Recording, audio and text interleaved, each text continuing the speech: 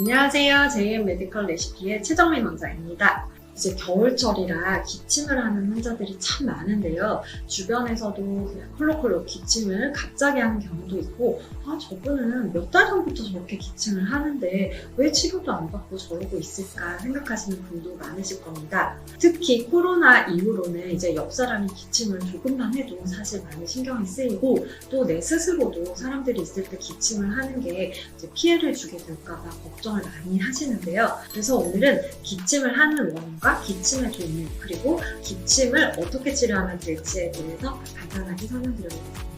기침은 왜 하는 걸까요? 기침은 외부에서 들어온 어떤 자극에 대해서 폐가 방어하려고 하는 방어 기제입니다. 그래서 기침 자체가 문제가 된다기보다는 기침을 일으키고 있는 그 원인이 사실은 문제가 되는데요. 기침을 하지 않으면 더 위험한 경우가 발생할 수도 있습니다. 왜냐하면 우리 폐로 나쁜 물질이 들어오거나 바이러스나 세균이 감염되었는데도 밖으로 배출되지 않고 계속 폐에 쌓인다고 하면은 생명에 위협을 줄 수 있겠죠. 그래서 우리 몸이 반사적으로 폐나 기관지에 염증이 생기거나 나쁜 물질이 들어왔을 때, 또는 세균이나 바이러스에 감염됐다라는 생각이 들었을 때에는 기침을 통해서 빠른 속도로 배출을 해서 더 심각한 질병으로 가지 않도록 하는 것이 기침의 원리입니다. 기침은 기간에 따라서 이제 세 가지로 분류할 수 있습니다. 첫 번째는 급성 기침이고요. 두 번째는 지속 기침, 세 번째는 만성 기침입니다. 보통은 이제 두 번째, 세 번째 지속 만성 기침이라고 분류를 하고요. 이제 급성 기침은 우리가 바이러스나 세균에 감염돼서 안 하던 기침을 지금 급격하게 하고 있을 때 급성 기침으로 진단을 하고 있습니다.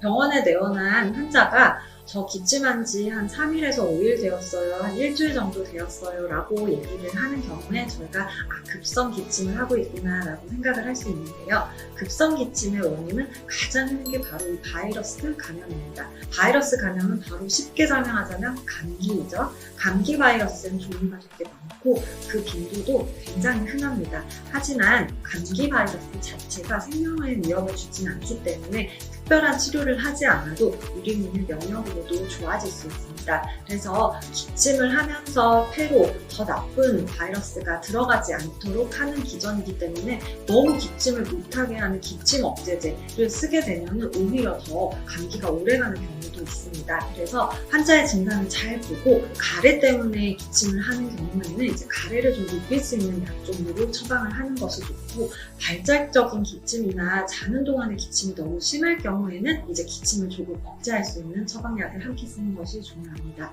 하지만 급성 기침을 하면서 숨이 차고 숨쉬기가 어려워지는 증상을 같이 동반했을 경우에는 반드시 병원으로 내원하셔서 엑스레이를 찍고 기저질환이 뭔지를 진단하는 것이 중요합니다. 두 번째는 이제 지속 만성 기침입니다. 보통 만성 기침이라고도 얘기를 하는데요. 기침이 3주 이상 지속되고 8주 이상 계속 기침이 떨어지지 않을 때 이제 만성 기침으로 분류를 합니다. 만성 기침의 원인은 세 가지 있습니다. 첫 번째는 많이 들어보셨겠지만 역류성 식도염입니다. 우리가 기침을 한다 하면은 이게 호흡기의 증상 때문에 생기는 거라고 오해를 하기 쉬운데요. 호흡기만의 문제가 아닙니다. 사실은 식도에서 산이 역류될 때 기관지로 넘어가지 않도록 하기 위해서 기침을 하게 됩니다. 이럴 때는 역류성 식도염 치료를 하는 게 중요하고요. 두 번째는 후비루입니다. 알러지가 있거나 이런 축농증이 있으신 분들은 호흡 뒤로 자꾸 넘어가다 보니까 목에 걸려서 기침을 일으키는 경우가 있는데요. 가장 흔합니다. 그래서 후비루가 있는 경우에는 아까 말씀드렸던 역류성 식도염 약과 함께 항히스타민이라고 하는 알러지 약을 같이 처방하면 기침이 많이 좋아지는 경우가 있습니다. 세 번째가 이제 기관지 감염성인데요. 바이러스 감염으로 인해서 감기나 독감 또는 코로나 바이러스 감염을 겪고 난 후에 기관지가 굉장히 과민해집니다.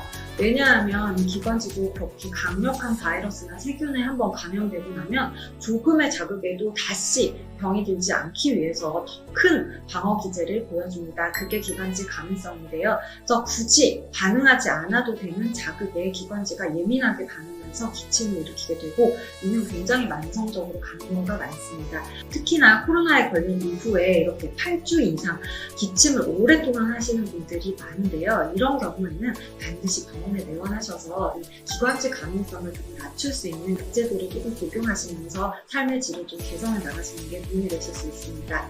그래서 오늘은 기침의 종류에 대해서 알아봤는데요. 기침은 그 자체가 병이 아니라 우리 몸을 방어하는 방어 기제다. 하지만 이 기침의 기간이나 양상 그리고 기침과 동반된 증상을 가지고 이 기침이 위험한 기침인 건지 아니면 그냥 지켜봐도 되는 기침인지를 확인하실 수 있습니다. 3주 이내에 열 없이 기침만 발생하는 경우에는 바이러스에 감염되었을 경우가 높으니까 수분 섭취 열심히 하시고 보존적 치료만 하셔도 좋아질 수 있고요. 열을 동반하거나 숨찬 증상이 같이 동반됐을 때에는 반드시 기저질환을 확인하기 위해서 꼭 병원을 방문하시는 것이 좋겠습니다.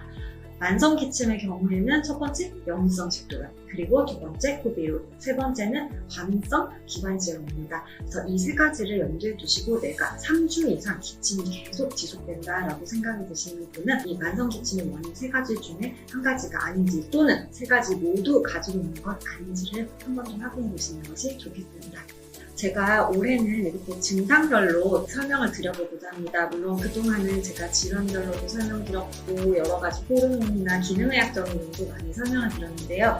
이번 연도에는 가정의학과 의사답게 각 증상에 따른 진단 방법 그리고 치료 방법 이런 것들을 이해하기 쉽게 설명을 드리고 어떤 때 병원을 방문하는 것이 좋은지에 대해서도 간략하게 설명드려보고자 합니다.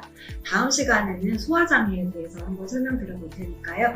다음번에도 꼭 구독 시청 부탁드리겠습니다. 끝까지 시청해주셔서 감사합니다. 구독, 좋아요, 알림 설정은 사랑입니다.